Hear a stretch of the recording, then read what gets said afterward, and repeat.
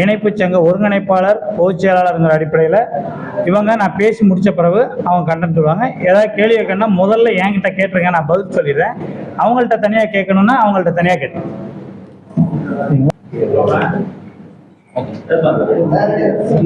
தமிழ்நாடு நில அளவைத்துறை அலுவலர்கள் சங்கத்தின் 5வது மாநில மாநாடு நம்முடைய தமிழக அரசின் வருவாய் மற்றும் பேரிடர் மேலாண்மை துறை அமைச்சர் மரியாதைக்குரிய திரு KKSS ராமச்சந்திரன் அவர்களை அழைத்து சென்னை BGP ரிசார்ட்டில் வைத்து வெகு விமர்சையாக நடைபெற உள்ளது.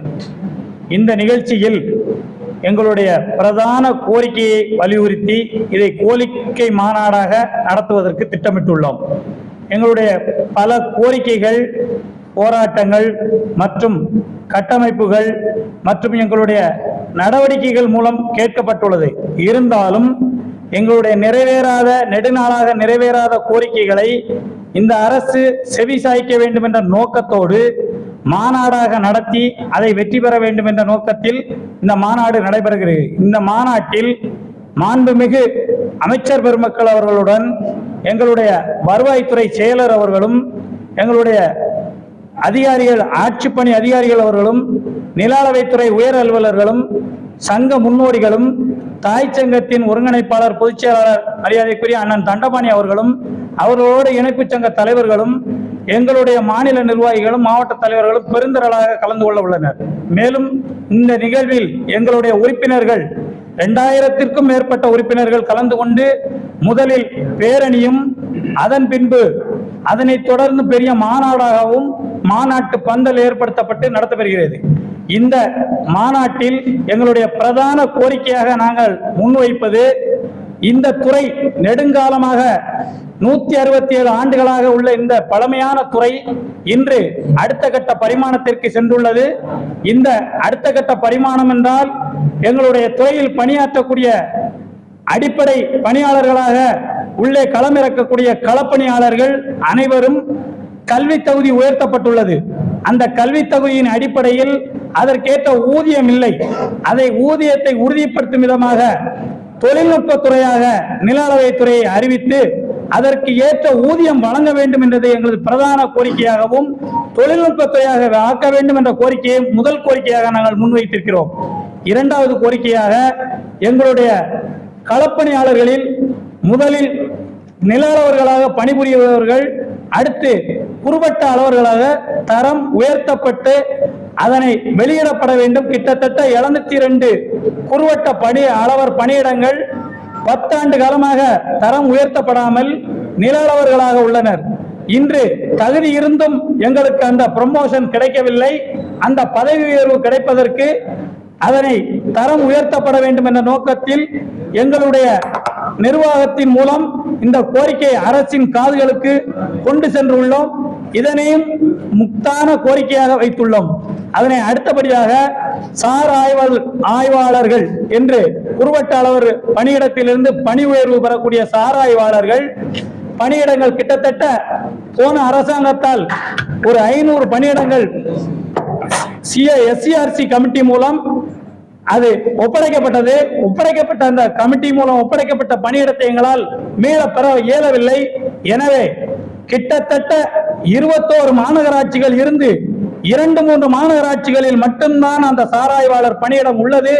அந்த சாராய்வாளர் பணியிடங்களை மீண்டும் பெறுவதற்கு அந்த மாநகராட்சி, பத்திரப்பதிவுத்துறை மற்றும் கனிம வளத்துறை போன்ற துறைகளிலும் இன்று இந்து சமய அறநிலையத்துறையில் நிலங்களை மீட்டெடுத்து வருகின்றனர். அந்த துறையிலும் சாராய்வாளர் பணியிடங்கள் மீண்டும் எங்களுக்கு வழங்க வேண்டும்.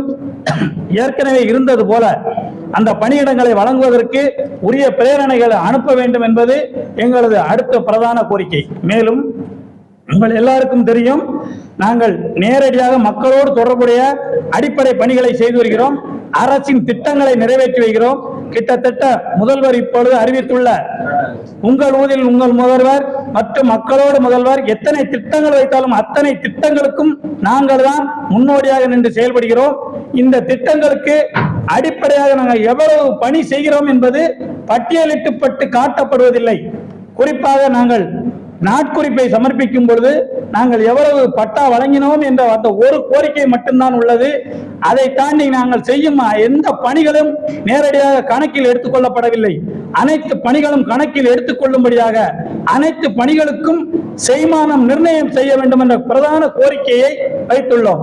மாதம் மாதம் நாங்கள் இதற்காக 167 ஆண்டுகளும் பணி செய்த களப்பணியாளர்கள் நாட்குறிப்பை எழுதி டைரி எழுதி சமர்ப்பித்து வருகின்றோம். இந்த டைரியை தொடர்ந்து நாங்கள் சமர்ப்பிக்கும் பொழுது கிட்டத்தட்ட 3 நாட்கள் மாதத்தில் எங்களுக்கு வீணாகிறது. அந்த வீணாகுவதை தவிர்க்கும் பொருட்டு இன்று அனைத்து பணிகளும் ஆன்லைன் ஆகிவிட்டது. நாங்கள் ஆன்லைனில் பணி செய்கிறோம். எங்களுடைய அலுவலகம் இ ஆபீஸ், தமிழ்நாட்டிலே முதல் துறை இ ஆபீஸ் ஆனது நில அளவைத்துறை தான். இதெல்லாம் வந்த பிறகு ஏன் இந்த நாட்குறிப்பு தேவை என்ற அடிப்படையில் நாட்குறிப்பை ஒழிக்க வேண்டும் என்ற பிரதான கோரிக்கையை வைத்திருக்கின்றோம்.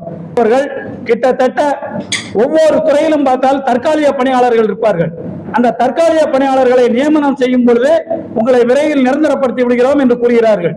அதுக்கு 50% மட்டும் எடுத்துக்கொண்டு அதை அவருடைய கணக்கில் எடுத்துக்கொண்டு அவர்களுக்கு கிட்டத்தட்ட ஒரு வேலை செய்த ஒரு 3000 நிலவரவர்களுக்கு இன்று வரை முழுமையான ஓய்வூதியமாக அறிவிக்கப்பட வேண்டும் என்று இந்த அரசுக்கு நாங்கள் முன்வைக்கிறோம். இது மட்டும் வழங்க வேண்டும் என்றும் கேட்டுக்கொள்கிறோம். மேலும் இதை தாண்டி எங்களுடைய வாழ்வாதார கோரிக்கைகள் உங்களுடைய சமர்ப்பிக்கக்கூடிய கிட்டத்தட்ட 28 கோரிக்கைகள் நாங்கள் வைத்திருக்கின்றோம். இந்த 28 கோரிக்கைகளும் நிறைவேற்றக்கூடிய கோரிக்கைகள் 28 கோரிக்கைகளையும் எங்களுக்கு நிறைவேற்றி தர வேண்டும் என்ற கோரிக்கை மாநாடாக இந்த 5வது மாநில மாநாடு நடைபெற உள்ளது. இந்த மாநில மாநாட்டிற்கு நீங்கள் பத்திரிகையாளர்கள் வெளி உலகத்திற்கு கொண்டு சேர்த்து எங்களுடைய வாழ்வாதார கோரிக்கையை செய்ய வேண்டும் என்று கோரிக்கையை விடுத்து வாய்ப்புக்கு நன்றி கூறுகிறேன். மாநில தலைவர் மகேந்திரகுமார், மாநில தலைவர் தமிழ்நாடு நில அளவைத்துறை அலுவலர்கள் சங்கம், மாநில தலைமை நிலை செயலாளர் தமிழ்நாடு அரசு அலுவலர் ஒன்றியம்.